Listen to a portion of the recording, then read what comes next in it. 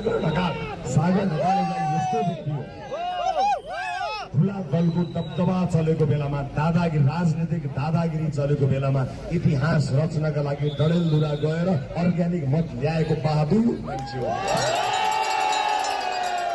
सागर ढकाललाई विजयी गराउनु भनेको एउटा व्यक्ति एउटा युवालाई जिताउनु मात्र होइन, क्रान्तिको एउटा बिगुल यसलाई अगाडि बढाउनु हो। एउटा क्रान्तिकारी मान्छे हो। यो क्रान्ति भन्ने शब्दलाई रातो तातो बनाएका छन्।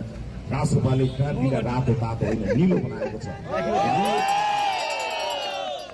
हामीले गरेको क्रान्तिमा कुनै आमाको कोख रित्तिँदैन, कसैको सिउँदो पुछिँदैन, कोही टुरा हुँदैनन्, कोही घाइते हुँदैनन्। मात्र मतपत्रमा बसेर मत खसाल्ने यही हो हामीले चाहेको क्रान्ति। यसरी नै बदल्ने हो इतिहास। यसबाट अर्का उम्मेदवार हामीसँग हुनुहुन्छ गोविन्द पन्थी। सुशासनको एउटा यस्तो जबरजस्त उदाहरण हुनुहुन्छ। उहाँले चलाउने सुशासनको डन्डाबारे धेरै कमलाई थाहा छ होला, तर म 2 पटक गृहमन्त्री भइसकेको मान्छेले गर्दा मैले चिनेको छु के गर्न सक्छन् के गर्न सक्दैनन् गोविन्द पन्थीले।